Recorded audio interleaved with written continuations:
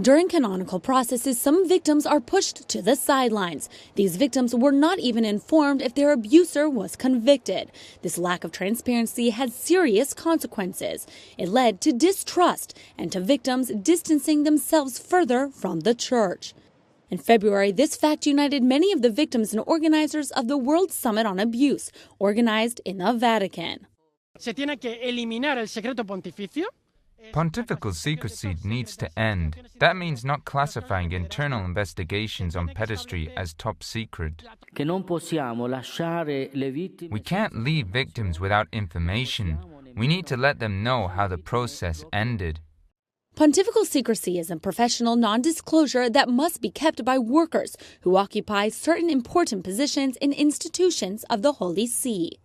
During the Summit on Abuse, many pointed out that modifying the secrecy policies would make it more difficult to conceal abusive priests. The key point is that when denunciations arise, the rights of victims should be prioritized. This is how canonical penal law expert Davide Citto explained it. He works at the Pontifical University of the Holy Cross in Rome. Il segreto pontificio deve tutelare dei valori. Pontifical secrecy should safeguard values, not cover up negligence. We should avoid secrecy if it means preventing negligence, or when those responsible are passing on the responsibility to others. This suggestion was highlighted by other notable bishops in the fight against abuse. Cardinal Sean O'Malley recognized that parts of the Curia's work process need to be changed. One thing that was mentioned was revising the concept of pontifical secrecy. Transparency does not go against pontifical secrecy. Transparency can bring together the rights safeguarded by pontifical secrecy with concrete demands.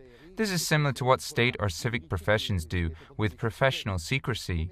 Those rights don't go against transparency. From a different perspective, the pontifical secrecy could also be modified to widen its application in cases deemed necessary. Discretion is needed in these sensitive situations. For example, those in which victims would prefer to remain anonymous.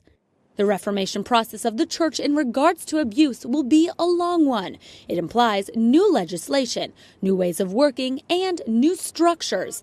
Above all, it implies a heightened sensitivity to the protection of minors and the formation of priests and other religious.